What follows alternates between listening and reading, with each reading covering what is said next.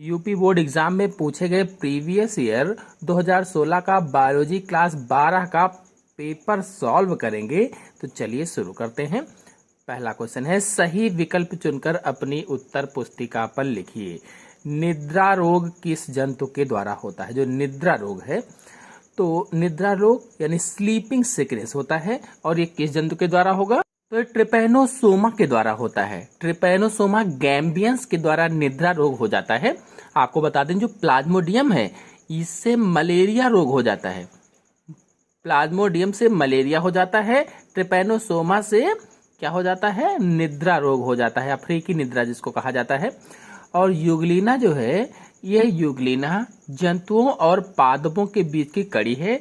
Amoeba सबसे सूक्ष्म जीव है, अमर जंतु कहा जाता है। अगला है, निम्नलिखित में से कौन सरीसृपों एवं पक्षियों को जोड़ने की कड़ी माना जाता है? सरीसृप और पक्षी को जोड़ने की कड़ी बताना है। तो देखिए, आर्कियोपेटेरिक्स, आर्कियोपेटेरिक्स सरीसृप और पक्षियों के बीच की कड़ी होता है। अगला क्वेश्चन है, ओजोन परत के क्षय का कारण है? सीएफसी गैस, क्लोरोफ्लोरोकार्बन गैस जो होती है, ये ओजोन परत का क्षय करती है। और कहाँ मिलती है? तो रेफ्रिजरेटर से निकलती है। फिर अगला क्वेश्चन है, द्विनिषेचन क्रिया होती है? तो द्विनिषेचन की क्रिया आवृत बीजी पौधों में होती है। नेक्स्ट क्वेश्चन है, भारत में हरित क्रांति का जनक किसे माना जाता है? तो डॉक्टर एम.एस.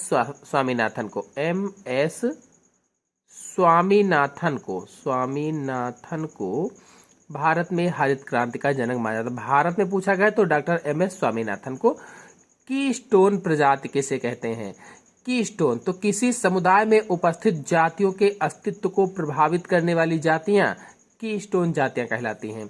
कोई समुदाय है, किसी समुदाय में उपस्थित ऐसी जातियां जो दूसरी जातियों को प्रभावित करती हैं, या कह लीजिए कि उपस्थित जातियों के अस्तित्व को प्रभावित करती हैं, दूसरी जातियों के अस्तित्व को प्रभावित करती हैं, तो उन्हीं जातियों को क्या कहा जाता है? कीस्टोन प्रजातियां कहा जाता है। फिर अगला है, से पूर्ण मूल परजीवी का नाम लिखिए। पूर्ण मूल परजीवी, पूर्ण रूप से जो दूसरे के ऊपर आश्रित हो, परजीवी हो। तो देखिए, पूर्ण मूल परजीवी रेफ्लेक्सिया है, रेफ्लिसिया होता है। और ये संसार का सबसे बड़ा पुष्प होता है, लगभग में 10 किलोग्राम का पुष्प होता है रेफ्लेक्सिया का। मेंडल ने अपने प्रयोग के लिए कितने लक्षणों का चुनाव किया? किन्हीं दो के नाम लिखिए। तो मेंडल ने अपने प्रयोग के लिए 7 लक्षणों का चुनाव किया था, 7। और 2 के नाम में आप बता सकते हैं कि तने की लंबाई और दूसरा बता दीजिए बीजों की आकृति, बीजों की आकृति। फिर अगला है, जावा मानव व निएंडरथल मानव में अंतर लिखिए। तो ये देखिए, ये कोर्स से हटा हुआ कोरोना के कारण, तो इसको हटा देंगे, इसकी जगह कोई दूसरा क्वेश्चन आएगा। फिर अगला है तीसरा, जैव प्रौद्योगिकी पर टिप्पणी लिखिए। जैव प्रौद्योगिकी पर टिप्पणी लिखना है।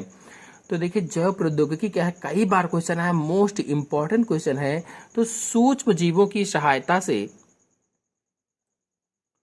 सूक्ष्म जीवों की सहायता से समाज के लिए, या मानव समाज के लिए कर लीजिए, मानव समाज के लिए उपयोगी उत्पादों को औद्योगिक स्तर पर प्राप्त करने की प्रक्रिया जैव प्रौद्योगिकी कहलाती है। क्या बताएंगे? सूक्ष्म जीवों की सहायता से मानव समाज के लिए उपयोगी उत्पादों को औद्योगिक स्तर पर प्राप्त करने की प्रक्रिया। अगला क्वेश्चन है, एड्स पर टिप्पणी लिखिए। तो जो एड्स है, AIDS, तो एड्स है, ये यौन संचारित रोग होता है, यौन संचारित रोग होता है। एड्स यौन संचारित रोग है। इसका पूरा नाम एक्वायर्ड इम्यूनो डिफिशियंसी सिंड्रोम है। ए से एक्वायर्ड इम्यूनो, आई से इम्यूनो, डी से डिफिशियंसी, एस से सिंड्रोम होता है। और ये HIV वायरस से होता है। HIV virus human immuno deficiency virus से होता है, HIV वायरस से। और आपको बता दें कि ये एक तरीके का रेट्रो वायरस है, एक तरीके का रेट्रो वायरस होता है। और ये क्या करता है? प्रतिरक्षा तंत्र को खत्म करता है, हमारे शरीर की प्रतिरक्षा तंत्र को कमजोर करता है, फिर धीरे धीरे करके उसको खत्म कर देता है। तो इस तरह से बहुत सारे रोग घेर लेते हैं और अंत में व्यक्ति मर जाता है। इस पर अगर पूरा वीडियो देखना चाहते हैं तो मेरे चैनल में अपलोडेड है, आप लोग जाकर के देख सकते हैं। फिर अगला है मानव शरीर की प्राकृतिक विनाशी कोशिकाएं किन्हें कहा जाता है? तो लिम्फोसाइट को प्राकृतिक विनाशी कोशिकाएं कहा जाता है और ये दो प्रकार की होती हैं, टी लिम्फोसाइट और बी लिम्फोसाइट। और जो लिम्फोसाइट कोशिकाएं हैं ये हमारे शरीर में प्रतिरक्षा तंत्र का निर्माण करती हैं, सुरक्षा तंत्र का निर्माण करती हैं और जो बाहर से सूक्ष्म जीव आते हैं उन सूक्ष्म जीवों को भक्षण करती हैं, उनको खत्म करती हैं, नष्ट करती हैं ताकि हमारे शरीर की रक्षा हो। तो लिम्फोसाइट कोशिकाएं क्या होती हैं? इसीलिए इनको विनाशी कोशिकाएं कहा जाता है, वो भी प्राकृतिक विनाशी कोशिकाएं। तो किसका विनाश करती हैं? सूक्ष्म जीवों का विनाश करते हैं, जो बाहर से आने वाले आक्रमणकारी रोगजनक होते हैं उनको नष्ट करती हैं। फिर अगला है विभिन्न प्रकार के आरएनए एवं उनके कार्य लिखिए। तो देखिए आरएनए मुख्य रूप से 3 प्रकार के होते हैं, एमआरएनए, आरआरएनए और टीआरएनए। इन तीनों के बारे में मेरे चैनल में वीडियो अपलोडेड है, आप लोग चाहें तो जाकर के देख भी सकते हैं। एमआरएनए, आरआरएनए, टीआरएनए 3 प्रकार के आरएनए होते हैं। ये जो एमआरएनए है ये केंद्रक से आवेश लेकर के राइबोसोम पर प्रोटीन बनाता है। तो एमआरएनए जो होता है ये केंद्रक से आवेश लेकर राइबोसोम पर प्रोटीन बनाता है। जो आरआरएनए होता है ये राइबोसोम को बनाने में भाग लेता है, यानी प्रोटीन संश्लेषण करता है। और जो टीआरएनए है ये अमीनो अम्लों को राइबोसोम पर लाता है। फिर अगले क्वेश्चन पर आते हैं। अगला क्वेश्चन है संकटग्रस्त जातियां व संकट मुक्त जातियों में अंतर लिखिए। देखिए ऐसी जातियां जो समाप्त होने की कगार पर हैं, ऐसी जातियां जो समाप्त होने की कगार पर हैं उन्हें संकटग्रस्त जातियां कहा जाता है। भाई संकट है उन पर, इसीलिए समाप्त होने के कगार पर हैं। तो समाप्त होने के कगार पर हैं तो उन्हें संकटग्रस्त जातियां कहा जाता है। संकट मुक्त का मतलब है उनके ऊपर संकट कोई नहीं है, समाप्त नहीं हो रही हैं। तो ऐसी जातियां जो समाप्त नहीं हो रही हैं उन्हें संकट मुक्त जातियां कहा जाता है। तो अंतर ये लिख देंगे। अगला है पृथक्करण का नियम उदाहरण सहित लिखिए। तो पृथक्करण के नियम में क्या होता है? जैसे मेंडल ने लिया था ये शुद्ध लंबा पौधा, इधर लिया शुद्ध बौना पौधा, ये शुद्ध लंबा था, ये शुद्ध बौना था। ये दो पौधे लिए, दोनों के बीच में क्रॉस करवाया तो इन्हें लंबे पौधे प्राप्त हुए। संकर लंबे थे, ये लंबे पौधे थे और लेकिन कैसे थे? संकर लंबे पौधे थे। अब इनके बीच में इन्होंने स्वपरागण करवाया। स्वपरागण कराने पर इन्हें फिनोटाइप के आधार पर 2 तरीके के और जीनोटाइप के आधार पर 3 तरीके के पौधे प्राप्त होते हैं। देखिए यहाँ पर शुद्ध लंबे थे, यहाँ पर संकर लंबे थे और यहाँ पर शुद्ध बौने थे, शुद्ध बौने। तो अगर फिनोटाइप के आधार पर देखा जाएगा तो तीनों लंबे पौधे हैं, इसका 3:1 का अनुपात हो जाएगा, ये फिनोटाइप होगा, फिनोटाइप। अगर जीनोटाइप के आधार पर देखा जाएगा तो जीनोटाइप के आधार पर क्या है? ये शुद्ध लंबे पौधे हैं, ये संकर लंबे पौधे हैं और ये शुद्ध बौना पौधा है। तो जीनोटाइप के आधार पर 1:2:1 का अनुपात होगा। तो इस तरह से बता देंगे। और मलेरिया व आपाहिसाल लिखा हुआ आते, तो जो मलेरिया है, मलेरिया परजीवी प्लाज्मोडियम के कारण होता है। जो प्लाज्मोडियम है ये संघ प्रोटोजोआ का जंतु होता है। प्लाज्मोडियम ये संघ प्रोटोजोआ का सूक्ष्म जंतु है और इसी से मलेरिया रोग हो जाता है।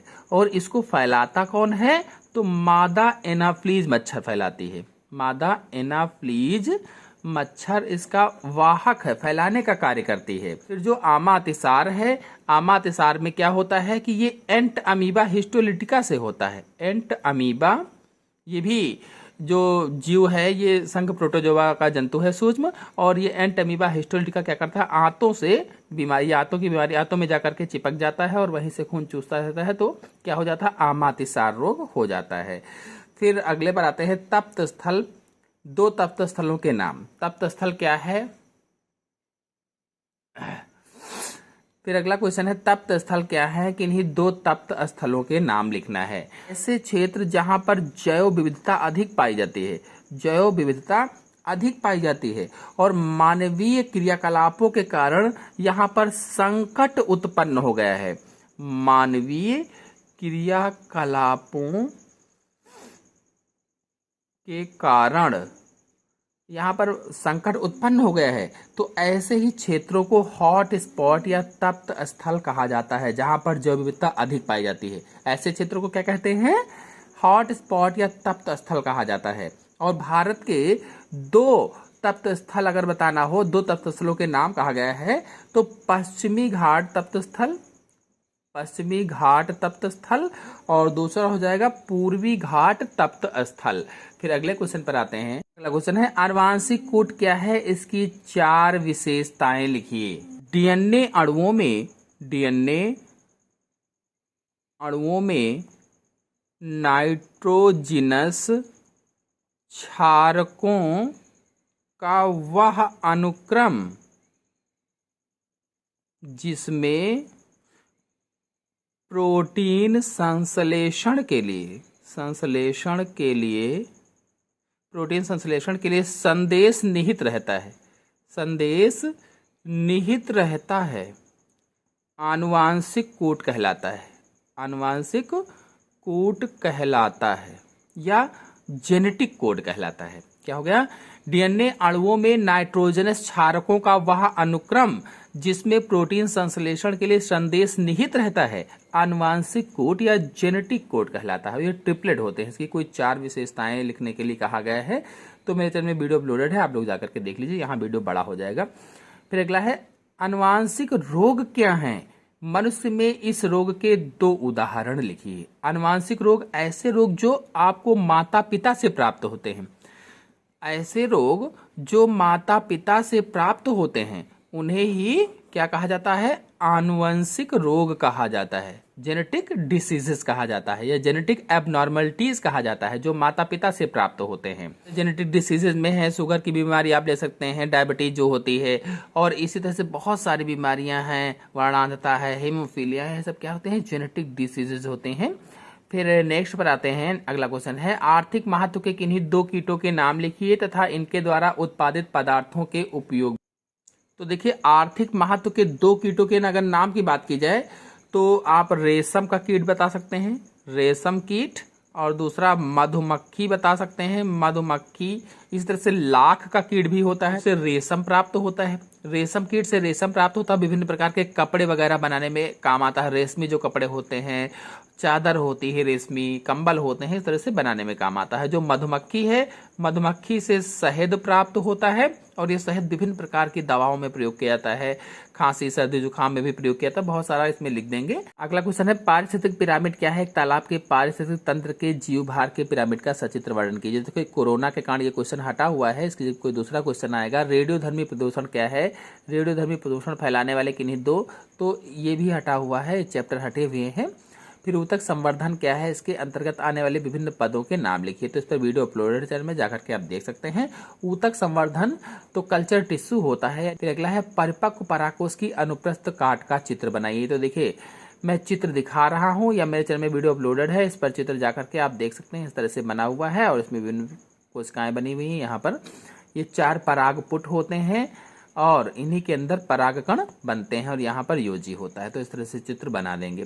फिर परिपक्व बीजांड की अनुदैर्ध्य काट पर संक्षिप्त टिप्पणी लिखिए। अब बीजांड का भी चित्र आ गया है, परागकोश का भी। दोनों चित्र मोस्ट इंपॉर्टेंट है, परीक्षा में पूछे जा सकते हैं, तो इनको अच्छी तरह से आप लोग बना लेंगे। फिर अगला है बीटी फसलों पर संक्षिप्त टिप्पणी लिखिए। बीटी यानी बैसिलस थोरेंजिएसिस जो सूक्ष्म जीव होता है, ये एक प्रकार का एंटीटॉक्सिन विष उत्पन्न करता है, एंटीटॉक्सिन प्रोटीन बनाता है, और उसी प्रोटीन की सहायता से जो सूक्ष्म जीव फसलों पर आक्रमण करते हैं वो प्रोटीन उनको नष्ट करता है, कीड़ों को नष्ट करता है, कीटों को मारता है। तो इस पर टिप्पणी आप लिख सकते हैं। मेरे चैनल में वीडियो अपलोडेड है, डिस्क्रिप्शन में लिंक है, आप लोग जाकर के देख सकते हैं। जीनी अभियांत्रिकी क्या होती है? इसे पुनर्योजी डीएनए प्रौद्योगिकी क्यों कहते हैं? मानव हित में इसकी उपयोगिता का, ये क्वेश्चन मोस्ट इंपॉर्टेंट है, आएगा जरूर बोर्ड परीक्षा में। पर फुल वीडियो मेरे चैनल में अपलोडेड है, आप लोग जाकर के देख सकते हैं। जैव विकास से आप क्या समझते हैं? ये क्वेश्चन हटा हुआ, इसके कोई दूसरा आएगा। लिंग निर्धारण क्या है? मनुष्य में लिंग निर्धारण कैसे होता है लिखा। तो ये मोस्ट इंपॉर्टेंट क्वेश्चन है, बहुत ही ज्यादा इंपॉर्टेंट है। ये वाला और ये वाला दोनों अच्छे से तैयार कर लेंगे। पशुपालन क्या है? ये कोर्स से हटा हुआ है। एमनियॉन के 4 प्रमुख कार्य लिखे। तो आप चाहें तो एमनियन के कार्य लिख सकते हैं। मैं वीडियो अपलोडेड, आप लोग जाकर के देख लीजिए। मेंडलवाद पर विस्तृत टिप्पणी लिखते हैं, यानी मेंडल के बारे में पूरी जानकारी आपको इस बताना है। 5 नंबर का क्वेश्चन है, तो ये भी आप वहीं से वीडियो को देख सकते हैं। धन्यवाद।